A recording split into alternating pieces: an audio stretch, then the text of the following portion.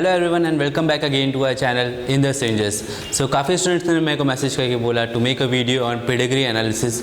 So here it is, today our topic is pedigree analysis.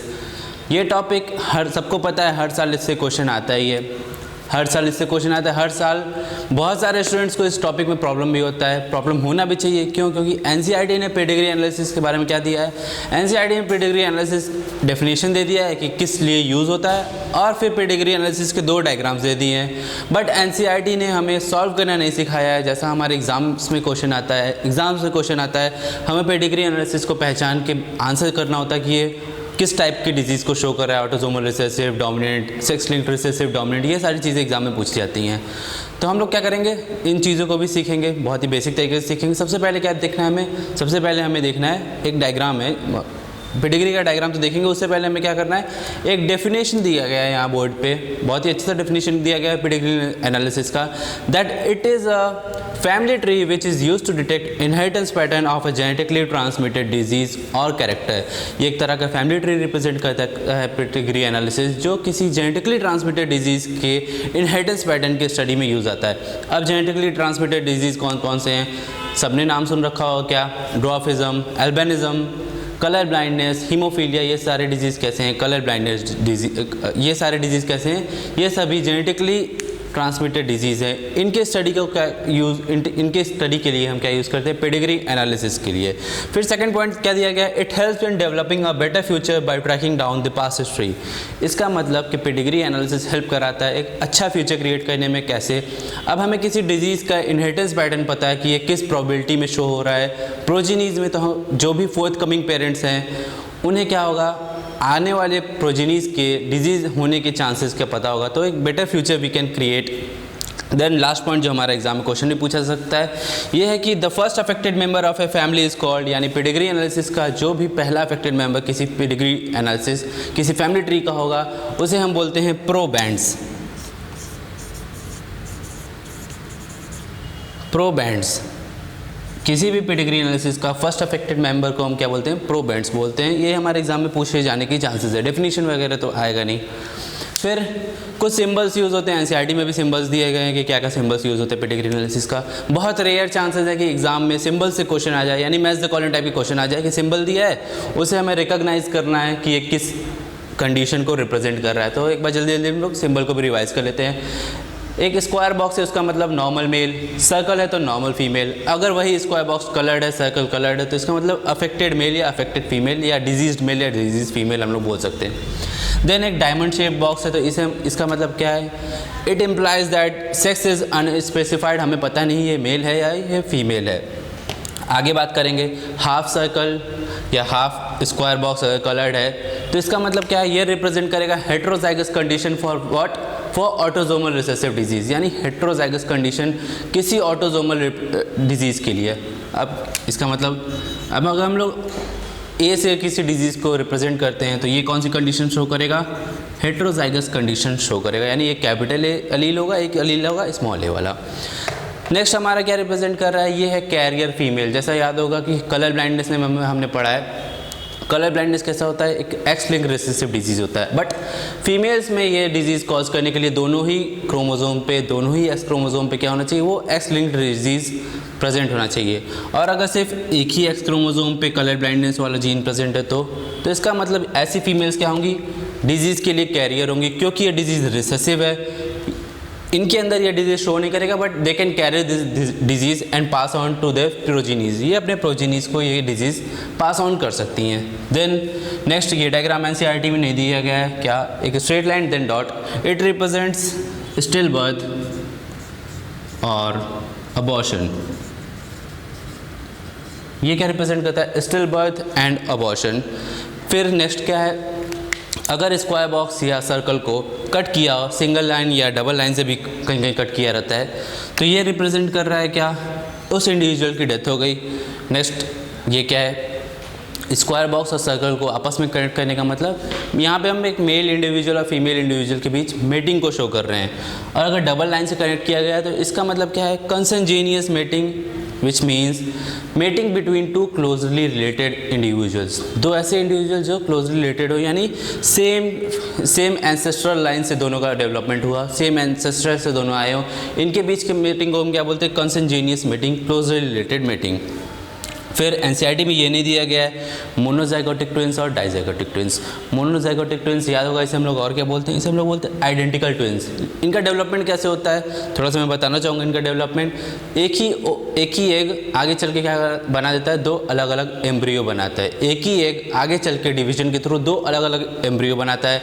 ऐसे embryo कैसे होंगे, identical होंगे, यानी इनका सेक्स भी सेम होगा, दोनों या तो मेल होंगे या दोनों फीमेल्स होंगे। डाइजाइगोटिक ट्विंस क्या होता है, यहाँ पे दो अलग अलग एग, दो अलग अलग स्पर्म से फर्टिलाइज होता है तो दो अलग अलग एम्ब्रियो बनते हैं। क्या प्रोसेस है डाइजाइगोटिक का, दो अलग स्पर्म से फर्टिलाइज हुआ। तो यहाँ पे केस क्या है, यहाँ पे दोनों मेल भी हो सकते हैं, दोनों फीमेल भी हो सकती हैं, एक मेल या एक फीमेल होने के भी चांसेस है। इसको रिप्रेजेंट हम लोग कैसे करेंगे, मोनोजाइगोटिक को आपस में हमने कनेक्ट कर रखा क्योंकि they are identical, they are develop from the same egg. यहाँ पे किसी तरह से हमने कनेक्ट नहीं किया। And last but not the least, यही क्या है, हमारा पेडिग्री एनालिसिस का पूरा बेस बनेगा। इसमें हम लोग पेरेंट्स को ऊपर की तरफ यानी फर्स्ट जनरेशन को ऊपर की तरफ शो करते हैं, सेकंड जनरेशन को नीचे या सब्सिक्वेंट जनरेशन को नीचे नीचे शो करते हुए चलेंगे। फिर ये जो प्रोजेनीज बनाए गए हैं ये क्या है, क्रोनोलॉजिकल ऑर्डर में, यानी कि जो सबसे पहले बर्थ हुआ होगा उसको सबसे पहले बनाया गया, फिर इसी सीक्वेंस में प्रोजेनीज को बनाया गया। ये तो बेसिक चीज़ें थी, बहुत ही रेयर चांस होता है कि इससे क्वेश्चन आए, सिंपल से क्वेश्चन आए। अगर क्वेश्चन आता है देन कंसीडर योरसेल्फ लकी, क्योंकि ये क्वेश्चन क्या होगा, बहुत ही सिंपल होगा। आगे हम लोग क्या देखेंगे, आगे हम लोग इनहेरिटेंस पैटर्न के बारे में जानेंगे। सो बेसिक चीज़ें हमने देख ली, अब हमें आगे देखना है इनहेरिटेंस पैटर्न क्या क्या हमें देखने को मिल सकता है पेडिग्री एनालिसिस में। ये जानना क्यों ज़रूरी है, ये हम जान लेंगे तो हमारे लिए पेडिग्री एनालिसिस सॉल्व करना बहुत ही ईजी हो जाएगा। मतलब बेसिक कुछ कॉन्सेप्ट्स होंगे, कुछ ट्रिक्स होंगे, कुछ ऐसे स्टेटमेंट्स होंगे जो हमारे आगे पेडिग्री को सॉल्व करने में यूटिलाइज होगा, आगे ईजी हो जाएगा हमारे लिए सॉल्व करना। तो इस वीडियो को एंड तक ज़रूर देखें। अभी तो हम लोग ये सीख रहे हैं, जैसे ही ये कंप्लीट होगा तुरंत हम क्या करेंगे, क्वेश्चंस भी प्रैक्टिस करेंगे पेडिग्री एनालिसिस पे। तो इनहेरिटेंस पैटर्न हमें कितने टाइप्स के देखने को मिल सकते हैं, इनहेरिटेंस पैटर्न 3 टाइप्स के देखने को मिल सकते हैं। हो सकता है कोई डिजीज़ ऑटोजोमल हो, कोई डिजीज़ एक्स लिंक्ड, कोई डिजीज़ सेक्स लिंक्ड हो, कोई डिजीज़ साइटोप्लाज्मिक इनहेरिटेंस शो कर रहा हो। साइटोप्लाज्मिक, फिर अगर सेक्स लिंक डिजीज़ है तो सेक्स लिंक में भी 2 टाइप के हो सकते हैं, हो सकता है एक्स लिंक डिजीज़ हो या पॉसिबल है कि वो वाई लिंक डिजीज़ हो। फिर एक्स लिंक की बात करें तो हो सकता है एक्स लिंक डोमिनेंट डिजीज़ हो या एक्स लिंक रिसेसिव डिजीज़ हो। इसी तरह ऑटोजोमल्स में भी पॉसिबिलिटी है कि it can be autosomal dominant और ऑटोजोमल रिसेसिव डिजीज़। सबसे पहले हम लोग क्या करेंगे, सबसे पहले हम लोग स्टडी करेंगे साइटोप्लाज्मिक इनहेरिटेंस की, जो सबसे ईजी वाला है उसे सबसे पहले कंप्लीट कर लेते हैं। जैसे जैसे हम लोग इधर की तरफ आएंगे और कॉम्प्लेक्स होता जाएगा हमारा कंसेप्ट। साइटोप्लाज्मिक इनहेरिटेंस जिसे हम लोग एक और नाम से जानते हैं, क्या बोलते हैं हम लोग उसे, मैटरनल इनहेरिटेंस। क्या बोलते हैं, मैटरनल इनहेरिटेंस।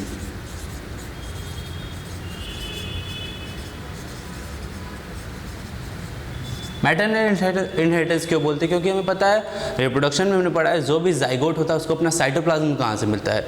कोई भी जाइगोट को अपना साइटोप्लाज्म मदर से मिलता है, यानी एग से मिलता है। स्पर्म से तो जाइगोट में सिर्फ और सिर्फ न्यूक्लियस और प्रॉक्सिमल सेंट्रियोल ही आता है।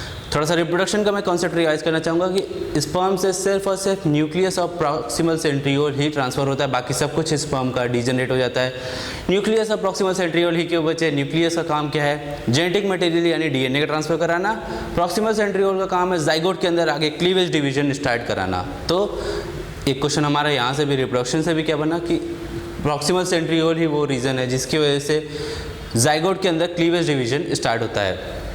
तो साइटोप्लाज्मिक इनहेरिटेंस यानी साइटोप्लाज्म कहाँ से मिल रहा है, मदर के एग से मिल रहा है, यानी एग से मिल रहा है, इसीलिए इसको मैटरनल इनहेरिटेंस बोलते हैं। यानी कि अगर मदर डिजीज होगी, मदर में डिजीज कंडीशन अगर हमें दिख रहा है तो इसका मतलब सभी के सभी प्रोजीनीज भी कैसे होने चाहिए, डिजीज्ड ही होने चाहिए। अगर मदर डिजीज्ड है तो सभी के सभी प्रोजीनीज भी कैसे होंगे, डिजीज्ड होंगे। So if mother is infected then all the progenies will be infected. If mother is infected then all the progenies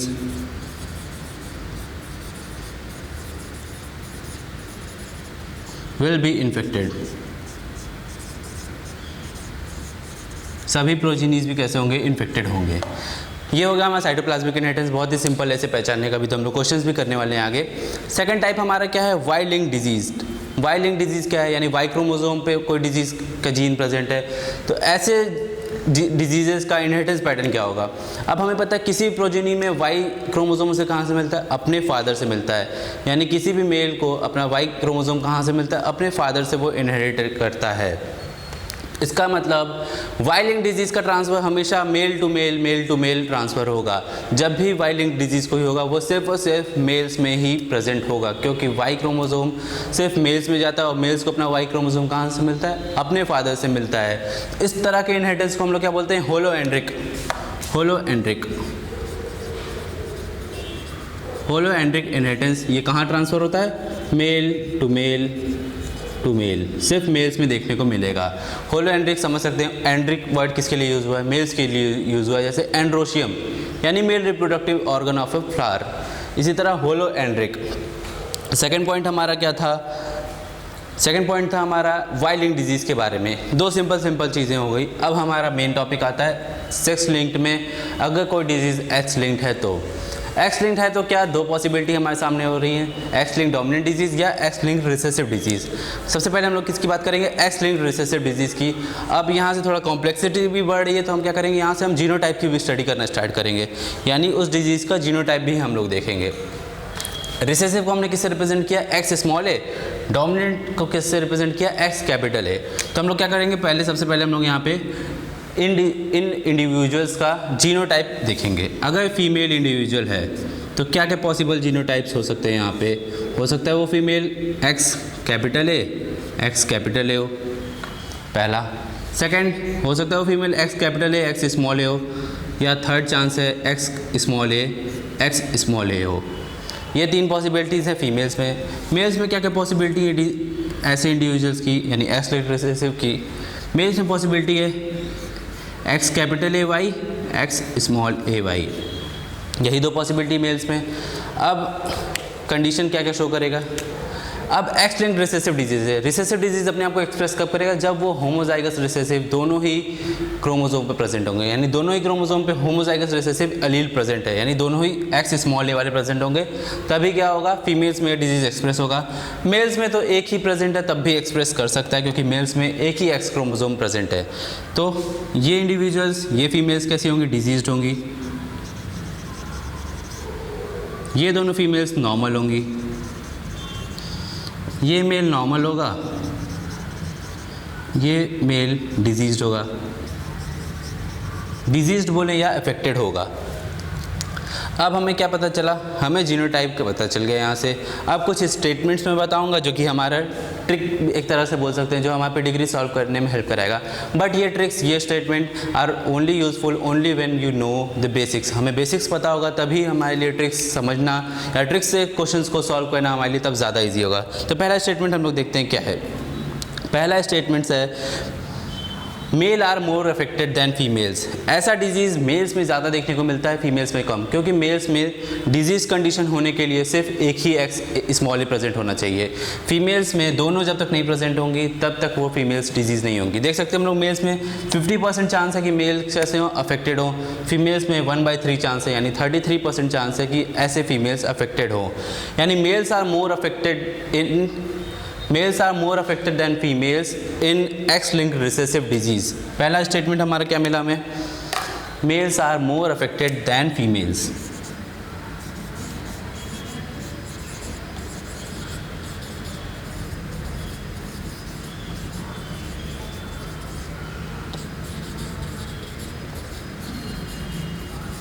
mails में डिजीज़ ज़्यादा देखने को मिलता है in comparison to female. Second statement क्या हमारा, if mother is affected then son will be affected. अगर mother affected है तो सन भी अफेक्टेड होगा। ऐसा क्यों, मदर अफेक्टेड है तो वो उसमें कंडीशन क्या होगा, एक्स स्मॉल ए। हमें पता है किसी भी मेल में, किसी भी सन में क्या होगा, सन को अपना एक्स क्रोमोसोम कहाँ से मिलेगा, अपनी मदर से मिलता है। फादर से तो उसको वाई क्रोमोसोम मिलता है। इसका मतलब अगर मदर अफेक्टेड है तो मदर के पास दोनों ही एक्स स्मॉल ए होंगे, वो अपना एक क्रोमोसोम तो सन में ट्रांसफ़र करेगी ही। इसका मतलब मदर अफेक्टेड है तो मेल सन तो एक ही बात होगा। मदर अफेक्टेड है तो जितने भी सन्स होंगे सब क्या है, सब के सब अफेक्टेड होंगे। if mother is affected,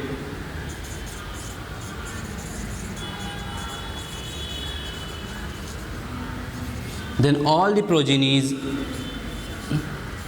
male progenies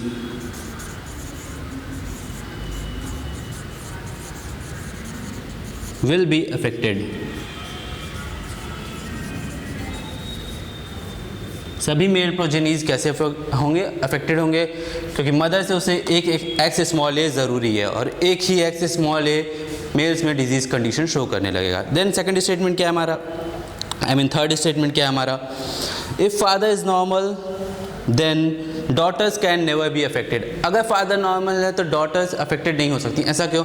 normal father में ये कंडीशन होंगी, इसका मतलब एक्स स्मॉल ए वाई होगा, और डॉटर्स को अपना एक एक्स क्रोमोसोम फादर से मिलता है. सबको पता है, हमने सेक्स डिटर्मिनेशन पढ़ रखा है. फादर को अपना एक एक्स क्रोमोसोम फादर से मिलता है, डॉटर्स को अपना एक एक्स क्रोमोसोम फादर से मिलता है. इसका मतलब डॉटर में एक तो एक्स कैपिटल ए वाला आएगा ही, और एक भी एक्स कैपिटल ए वाला प्रेजेंट हुआ एक्स लिंक्ड रिसेसिव डिजीज़ में, तो वो इंडिविजुअल्स, वो फीमेल्स नॉर्मल होंगी.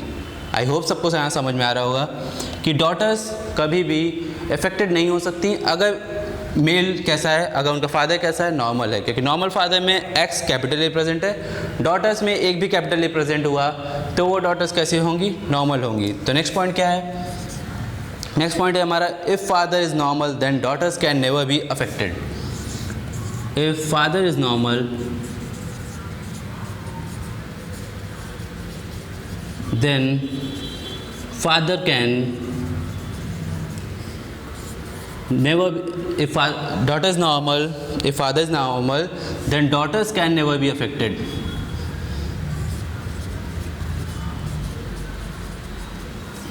Can never be affected.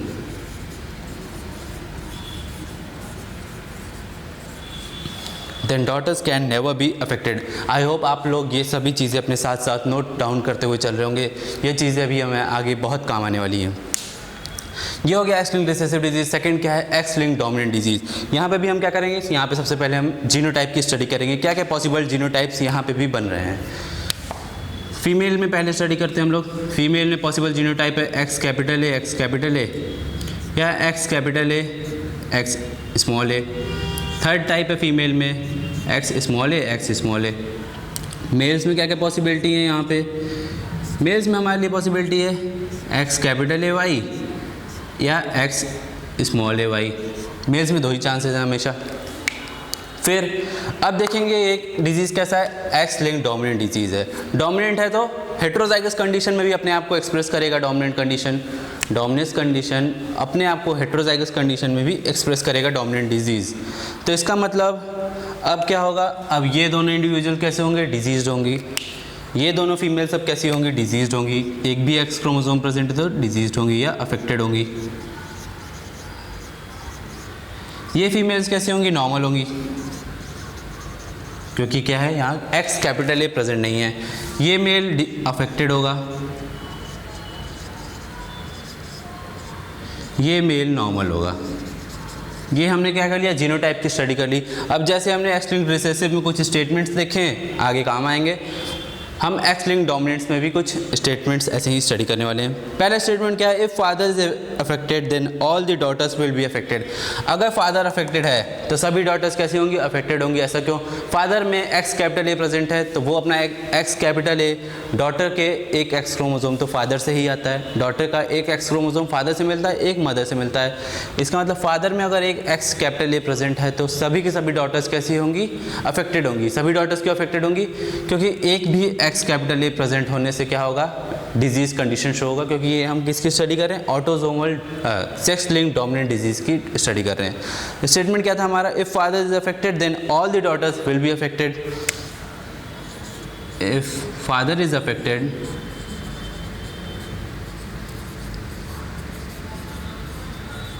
Then all daughters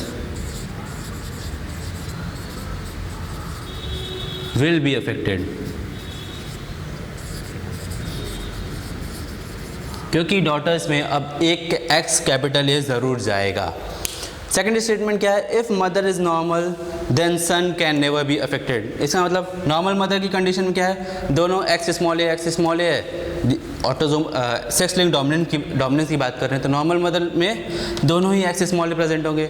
अगर मदर नॉर्मल है तो कभी भी सन क्या हो सकता है, अफेक्टेड नहीं हो सकता। क्यों? क्योंकि सन को अफेक्ट करने के लिए एक कैपिटल ए की ज़रूरत है और मदर नॉर्मल है तो सन में एक्स कैपिटल ए नहीं आ सकता है। तो सेकेंड स्टेटमेंट हमारे यहाँ से क्या मिला, if mother is normal then son can never be affected. If mother is normal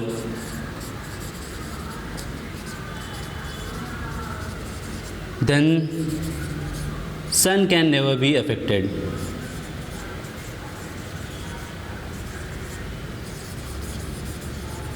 सन कभी भी अफेक्टेड नहीं हो सकता।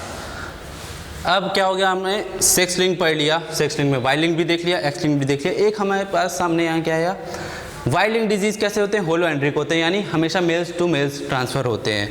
बट एक्स लिंक डिजीज़ में हम देख सकते हैं यहाँ पे क्रिस क्रॉस इनहेरिटेंस हमें देखने को मिलेगा, criss cross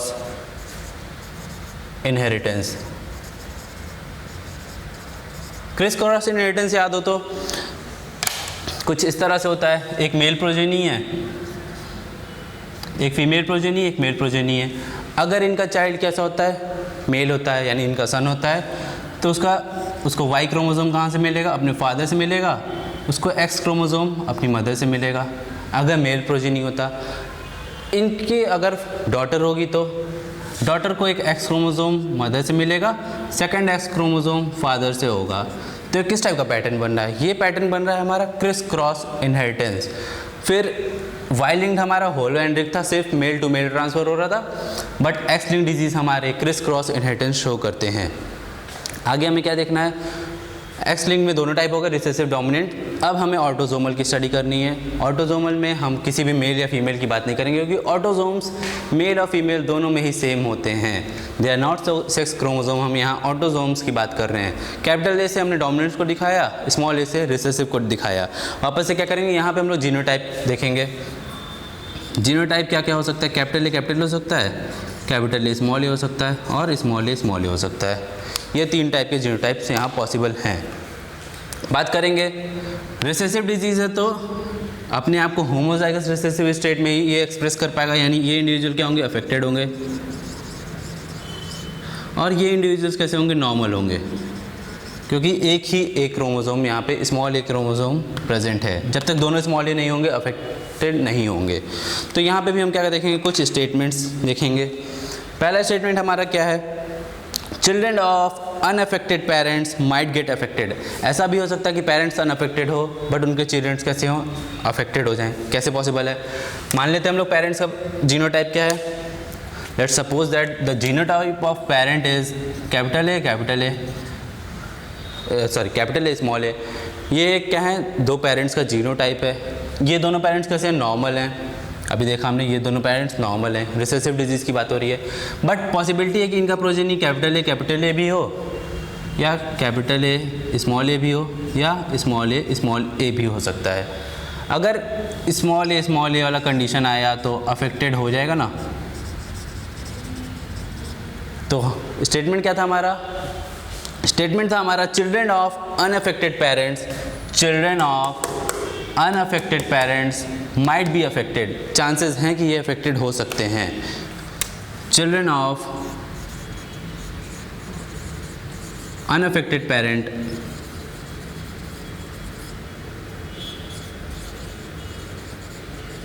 might be affected.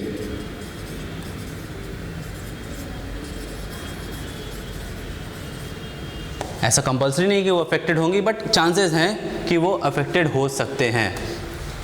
आगे क्या देखना है हमें, सेकंड स्टेटमेंट है हमारा, both affected parents can never have normal children. बहुत ही अच्छा चीज़ है यहाँ पे, दोनों ही अफेक्टेड पेरेंट्स, अगर दोनों ही पेरेंट्स कैसे हो गए, दोनों ही पेरेंट्स अगर हमारे स्मॉल ए हो गए तो कभी भी नॉर्मल चिल्ड्रेन नहीं हो सकता, क्योंकि दोनों ही केस में क्या होगा, चाइल्ड का जीनोटाइप भी स्मॉल ए ही होगा। Both affected parents can never have normal child. दोनों ही अफेक्टेड पेरेंट्स नॉर्मल चाइल्ड को बर्थ नहीं दे सकते। Can never have normal child. तो हमें क्या देखा, पहला जो हमारा पॉइंट था, children of unaffected parent might be affected. इसका मतलब पेरेंट्स में हमें डिजीज़ नहीं देखने को मिलेगा, चिल्ड्रन में डिजीज़ देखने को मिलेगा। इसका मतलब जनरेशन स्किप हो सकता है। यहाँ पे ऑटोजोमल रिसेसिव के केस में जनरेशन स्किप किया जा सकता है, जनरेशन स्किप हो सकता है ऑटोजोमल रिसेसिव के केस में। सेकंड क्या देखना है हमें, ऑटोजोमल डोमिनेंट डिजीज़। वापस से क्या करेंगे हम लोग, जीनोटाइप देखते हैं जल्दी जल्दी। जीनोटाइप यहाँ पे पॉसिबल है, capital A capital A capital A small A and small A. Autosomal dominant है तो अब इन दोनों कंडीशन में क्या होगा, डिजीज होगा, या लिख सकते हैं अफेक्टेड इंडिविजुअल होगा। स्मॉल ए वाले कंडीशन में क्या होगा, ऐसे इंडिविजुअल नॉर्मल होंगे। डोमिनेंस की बात कर रहे हैं, एक भी कैपिटल ए प्रेजेंट हुआ तो क्या होगा, डिजीज कंडीशन शो होगा। अब यहाँ पे पहला स्टेटमेंट हमारा क्या है, पहला स्टेटमेंट है हमारा, both normal parents can never have affected child. दोनों ही पेरेंट्स का अगर जीनोटाइप स्मॉल ए है तो कोई चांस ही नहीं है कि प्रोजिनी में एक भी कैपिटल ए प्रेजेंट हो। क्या था स्टेटमेंट, बोथ नॉर्मल पेरेंट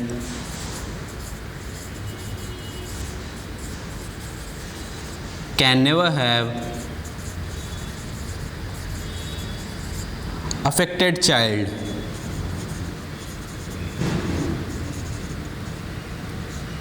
दोनों ही नॉर्मल पेरेंट एक अफेक्टेड चाइल्ड को बर्थ नहीं दे सकते। सेकेंड पॉइंट क्या है, both affected parents can have normal child. ये पॉसिबल कैसे हो सकता है कि पेरेंट्स अफेक्टेड हो बट चाइल्ड अफेक्टेड ना हो।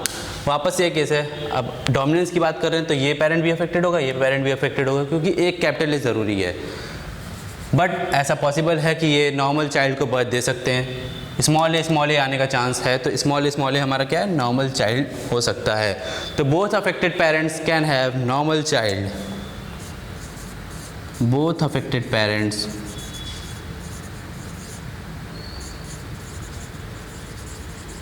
कैन हैव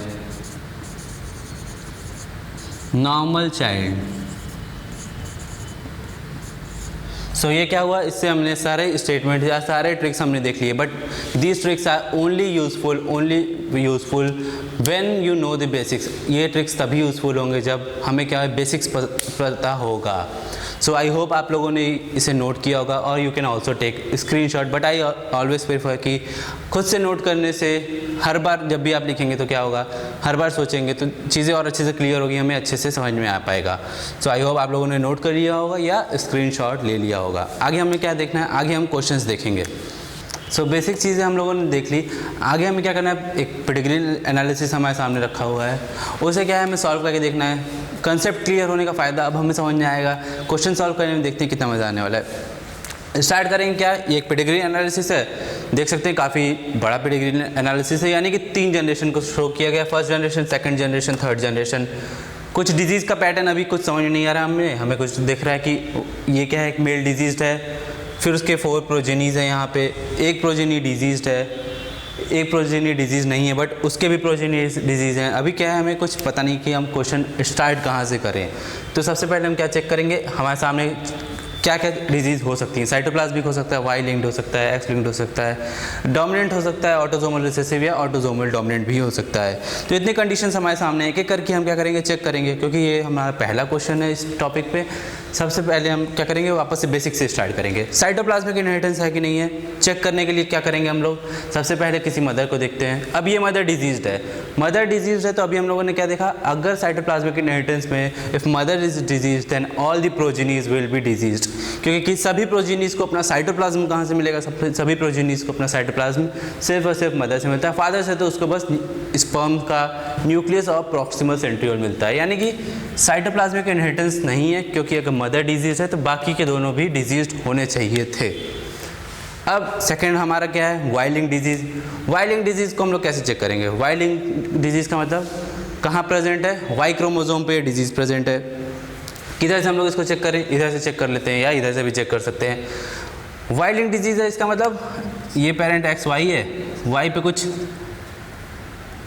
ऐसे हमने रिप्रेजेंट कर दिया, वाई सी से रिप्रेजेंट कर दिया कि वाई लिंक डिजीज़ है ये। अब जितने भी मेल प्रोजेनी होने चाहिए उसको अपना वाई क्रोमोसोम कहाँ से मिलेगा, अपने फादर से मिलेगा।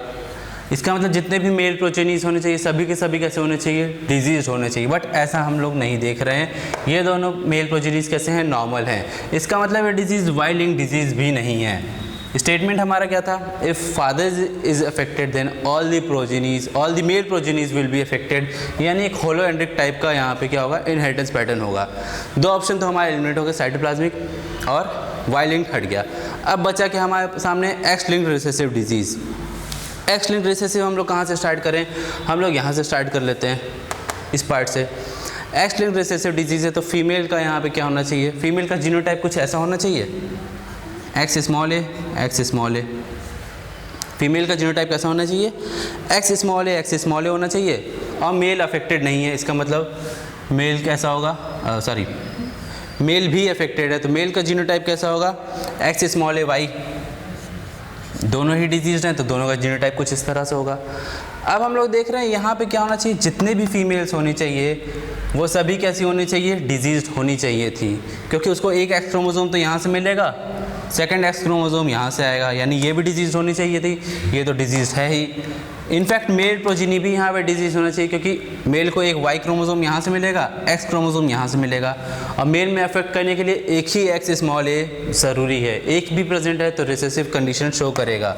इसका मतलब ये disease x linked recessive disease भी नहीं है। कैसे हमने पहचाना, हमारा स्टेटमेंट थोड़ा सा पहले हमने जो पढ़ा था, स्टेटमेंट हमारा क्या था, if mother is affected then all the progenies will be affected. अगर मदर अफेक्टेड है then all the sons will be affected, क्योंकि मदर अपना एक एक्स स्मॉल ए तो सन में ट्रांसफ़र करेगी ही, यानी कि ये प्रोजेनी का जीनोटाइप कैसा होगा, एक एक्स स्मॉल ए यहाँ से आएगा और वाई यहाँ से आएगा। ऐसे कंडीशन में ये मेल प्रोजेनी कैसा होना चाहिए था, ऐसे कंडीशन में ये मेल प्रोजेनी डिजीज़ होना चाहिए था, बट यहाँ पे डिजीज़ नहीं है। इसका मतलब ये एक्स लिंक्ड रिसेसिव डिजीज़ भी नहीं है, ये हमने एलिमिनेट कर दिया। अब हमारे सामने क्या प्रेजेंट है, नेक्स्ट हमारा हो सकता है ये एक्स लिंक्ड डोमिनेंट डिजीज़ हो। देखते हैं एक्स लिंक्ड डोमिनेंट कैसे चेक करेंगे हम लोग। एक्स लिंक्ड डोमिनेंट हम लोग यहाँ से चेक कर लेते हैं।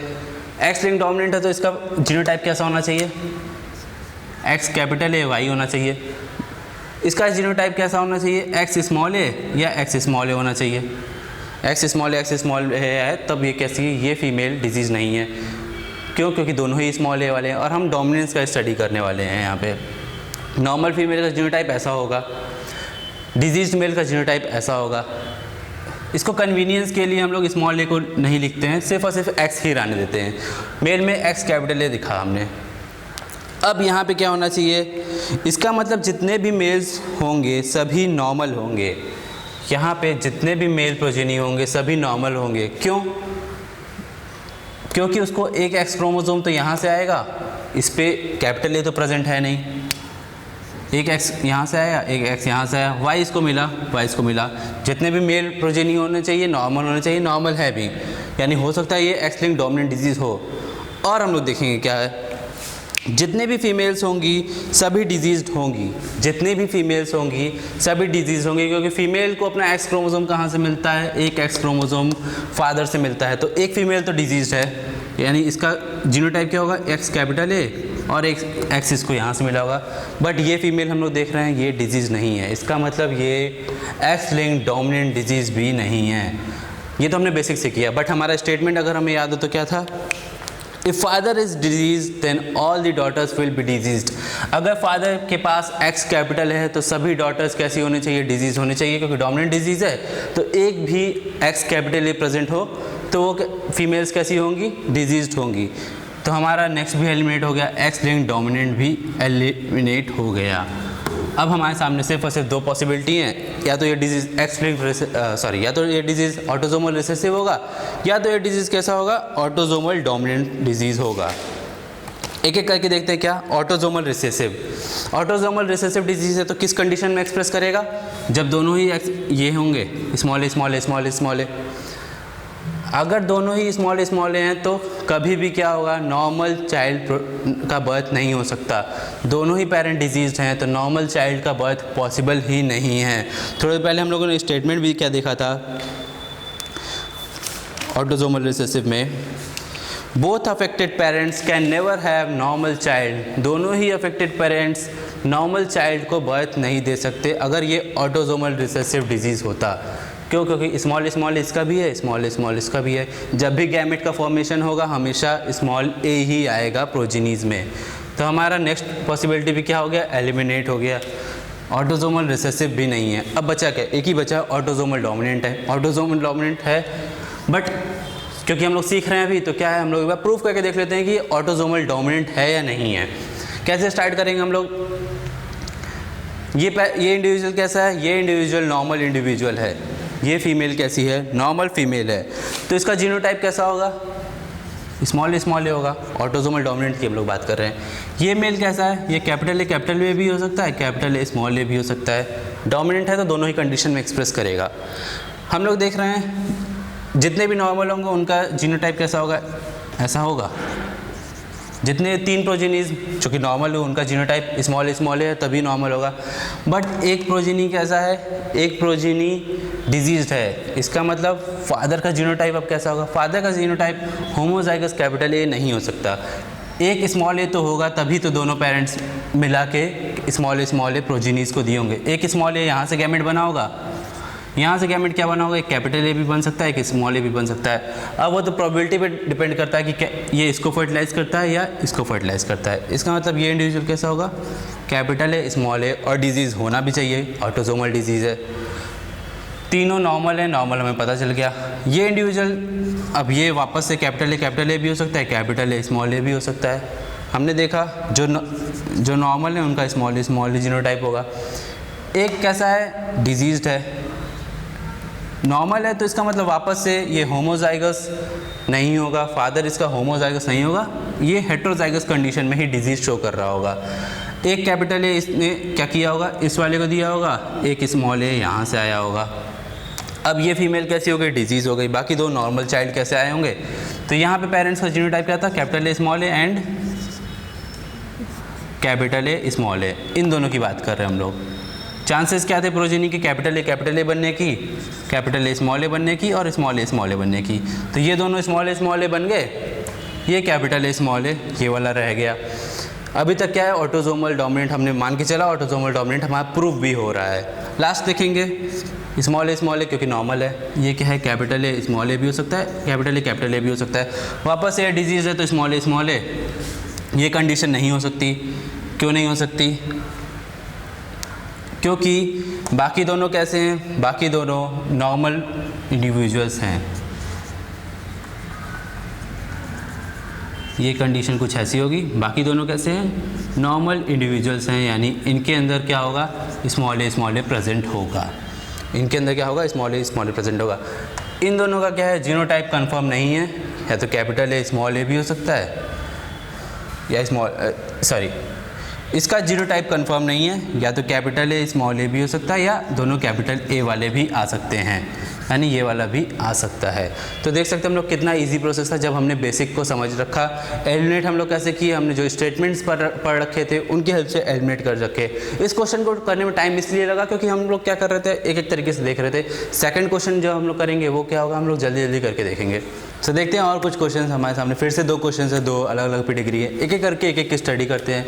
तो इस बार पेडिग्री मैंने और कॉम्प्लेक्स लिया है, यानी इस बार हमने 4 जनरेशन तक पेडिग्री लिया, जनरेशन 1, 2, 3 एंड 4। वापस से देख रहे हैं, समझ में नहीं आ रहा है पेडिग्री स्टार्ट कहाँ से करें। एक एक करके हम क्या करेंगे? सब कुछ चेक करेंगे। सबसे पहले क्या चेक करेंगे? साइटोप्लाज्मिक इनहेरिटेंस है या नहीं है। साइटोप्लाज्मिक इनहेरिटेंस कैसे चेक करते हैं? अगर मदर डिजीज है तो सभी इंडिविजुअल कैसे होने चाहिए? डिजीज होने चाहिए, क्योंकि सभी इंडिविजुअल में क्या है?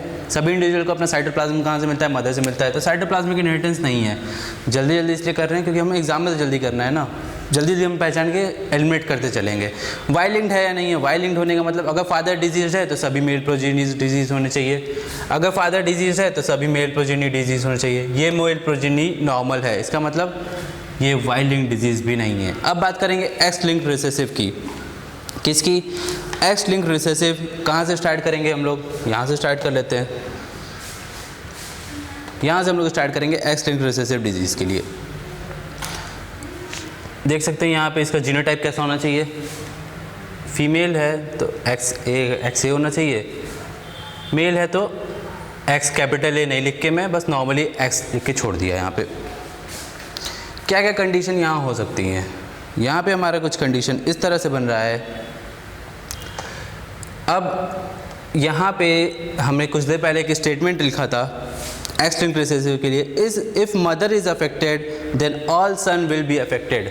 अगर मदर अफेक्टेड होगी तो सभी सन अफेक्टेड होंगे, क्योंकि सन में जो एक्स क्रोमोसोम आता है वो कहाँ से आता है, मदर से आता है। इसका मतलब ये कैसा है, एक्स लिंक्ड रिसेसिव डिजीज़ भी नहीं है, क्योंकि मदर अफेक्टेड है। सन में भी एक्स ए स्मॉल ए प्रेजेंट होना चाहिए, और एक ही एक्स स्मॉल ए सन के लिए ऑटोसोमल रिसेसिव कंडीशन में अफेक्टेड कंडीशन शो करने लगता है। तो इसका मतलब ये कंडीशन भी हमने क्या किया, एलिमिनेट किया। अब एग्जाम में करने के लिए हम हर बार जीनोटाइप लिखेंगे नहीं, प्रैक्टिस से हमें क्या है, आदत पड़ जाएगा। जितना ज़्यादा प्रैक्टिस करेंगे हम सीखते चलेंगे कि बिना लिखे भी हम अपने माइंड में भी सोच सकते हैं, बट यहाँ समझाने के लिए लिख के हम लोग कर रहे हैं।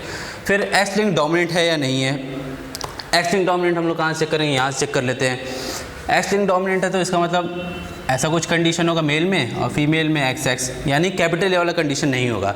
थोड़ी देर पहले हम लोगों ने एक स्टेटमेंट देखा था एक्स लिंक डोमिनेंट में, if father is affected then all the daughters will be affected. Father affected है तो सभी डॉटर्स अफेक्टेड होनी चाहिए। एक ही डॉटर है यहाँ पे तो हाँ वो डॉटर अफेक्टेड है। फिर एक और स्टेटमेंट देखा था हमने, if mother is normal then son can never be affected. ये भी हमने देखा था एक्स लिंक डोमिनेंट में। अगर नॉर्मल मदर है इसका मतलब मदर में क्या कंडीशन होगा, ये कंडीशन होगा, तो सन कभी भी अफेक्टेड नहीं हो सकता है। सन को अफेक्टेड होने के लिए एक कैपिटल ए प्रेजेंट होना चाहिए। अब ये कैपिटल ए आएगा कहाँ से, कैपिटल ए कहीं से तो आना चाहिए। इसकी मदर के पास तो दोनों स्मॉल ए वाले हैं, तो इसका मतलब सन भी अफेक्टेड नहीं है। हमारा एक्स लिंक डोमिनेंट भी, ये केस भी एलिमिनेट यहाँ से होता है। नेक्स्ट हमें क्या देखना है, नेक्स्ट हमें देखना है ऑटोसोमल डोमिनेंट है या नहीं है। ये डिजीज़ ऑटोसोमल डोमिनेंट है या नहीं है। तो इसको हम लोग कहाँ चेक करेंगे, इसको हम लोग चेक कर लेते हैं, इधर चेक कर लेते हैं। ऑटोसोमल डोमिनेंट होने का मतलब एक कैपिटल ए तो प्रेजेंट होना ही चाहिए, एक ऐसा कंडीशन होना चाहिए, या तो एक कैपिटल ए तो प्रेजेंट होना चाहिए। बट हम देख सकते हैं ये दोनों पेरेंट्स कैसे नॉर्मल हैं, यानी इनका स्मॉल स्मॉल ए स्मॉल ए स्मॉल ए। ऐसे कंडीशन में कभी भी कैपिटल ए यहाँ हो नहीं सकता है, कभी भी ये इंडिविजुअल अफेक्टेड नहीं हो सकता अगर पेरेंट्स नॉर्मल हैं। थोड़े पहले हमारा स्टेटमेंट भी क्या था, both normal parents can never give birth to affected individual. दोनों ही नॉर्मल पेरेंट अफेक्टेड इंडिविजुअल को बर्थ नहीं दे सकते ऑटोसोमल डोमिनेंट डिजीज़ के केस में। तो हमारा ऑटोसोमल डोमिनेंट भी क्या होता है, एलिमिनेट होता है। बचा क्या हमारा ऑटोसोमल रिसेसिव, यही हमारा सही है। चेक करने के लिए हम क्या करेंगे, वापस से जीनोटाइप चाहें तो लिख सकते हैं, बल्कि ये पेडिग्री तो बहुत आसान था पहचानना हमारे लिए कि हमने क्या देखा था अभी। ऑटोसोमल रिसेसिव में एक हमारा स्टेटमेंट था, both affected parents can give birth to, यानी both normal parents can give birth to affected individual. एक हमारा स्टेटमेंट था, दोनों ही नॉर्मल पेरेंट अफेक्टेड इंडिविजुअल को ऑटोसोमल रिसेसिव में क्या कर सकते हैं, बर्थ दे सकते हैं। कैसे पॉसिबल है ये नॉर्मल कंडीशन है ऑटोसोमल रिसेसिव के लिए, इनमें डिजीज़ नहीं शो करेगा। पॉसिबिलिटी है कि इसके अंदर स्मॉल ए आ गया हो, इसके अंदर कैपिटल ए आ गया हो, या कैपिटल ए स्मॉल ए आ गया हो, इस वजह से ये डिजीज़ है, ये ऐसा नहीं है। पहचानने का क्या तरीका मैंने बताया था कि autosomal recessive disease generation skip कर भी सकता है। Autosomal recessive disease generation skip कर भी सकता है, और यहाँ तो ऐसा दो बार हमें देखने को मिल रहा है। यहाँ पे भी देखा हमने, और यहाँ पे भी हो सकता है इनका genotype capital A small A हो, कैपिटल ए स्मॉल ए हो। दोनों ही केस में ये कैसे होंगे, नॉर्मल होंगे ऑटोसोमल डिजीज़ के लिए। इसमें स्मॉल ए आ गया, इसमें स्मॉल आ गया, इसमें कुछ भी आ सकता है। इतना तो हमें एग्जाम में नहीं करना है, इतना तो मैं समझाने के लिए कर रहा हूँ, ताकि एक बार क्या हो जाए, प्रैक्टिस हो जाए तो खुद से हम लोग करने के लिए सोच सकें। अब ऑटोसोमल रिसेसिव है तो ये डिजीज़ होगा, ये इंडिविजुअल कैसा भी हो सकता है। पॉसिबिलिटी है कि ये जीनोटाइप आया हो, यहाँ पे इस फीमेल में एक स्मॉल ए आया होगा, इसका मतलब ये कंडीशन नहीं होगा। होमोजाइगस कैपिटल ए नहीं हो सकता क्योंकि दोनों ही स्मॉल ए वाले प्रेजेंट हैं। इसी तरह ये भी दोनों ही स्मॉल ए वाले प्रेजेंट हैं, ऑटोसोमल रिसेसिव कंडीशन यहाँ प्रेजेंट है। अब ये इंडिविजुअल कैपिटल ए होने का ज़्यादा चांस है, हो सकता है यहाँ पे कैपिटल ए स्मॉल ए आया हो, कैपिटल ए स्मॉल ए आया हो, या कैपिटल ए स्मॉल ए भी हो सकता है ये, तब इनका जीनोटाइप हम यहाँ लिख सकते हैं। इसी तरह ये इंडिविजुअल भी नॉर्मल कंडीशन में है, तो यहाँ पे क्या आया होगा, कैपिटल ए स्मॉल ए या कैपिटल ए स्मॉल ए। इस तरह से हम क्या कर सकते हैं, जीनोटाइप लिख के स्टडी कर सकते हैं। हमें इतना एग्जाम में नहीं करना है, हमें एग्जाम में क्या देखना है, जनरेशन स्किप हो रहा है, इसका मतलब चांसेस है कि ऑटोसोमल रिसेसिव डिजीज़ हो। जीनोटाइप कहीं भी एक जगह लिख के पॉसिबल कंडीशन हम पता कर सकते हैं। एक क्या है, एक और पेडिग्री एनालिसिस है हमारे सामने। ये पेडिग्री एनालिसिस क्या है, हम ऐसे चेक करेंगे। साइटोप्लाज्मिक इनहेरिटेंस कैसे चेक करते हैं, अगर मदर डिजीज है तो सभी इंडिविजुअल कैसे होंगे, डिजीज होंगे। साइटोप्लाज्मिक हाँ हो सकता है, चांसेस है कि ये डिजीज साइटोप्लाज्मिक हो।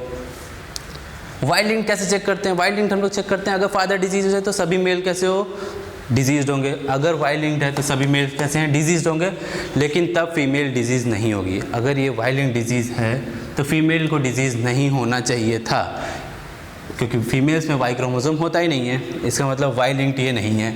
एक्स लिंक्ड रिसेसिव की बात करें, वापस से हम क्या करेंगे, जीनोटाइप लिख के यहाँ पे हम चेक करेंगे एक्स लिंक्ड रिसेसिव है या नहीं है। ऐसा कुछ होगा यहाँ पे एक्स,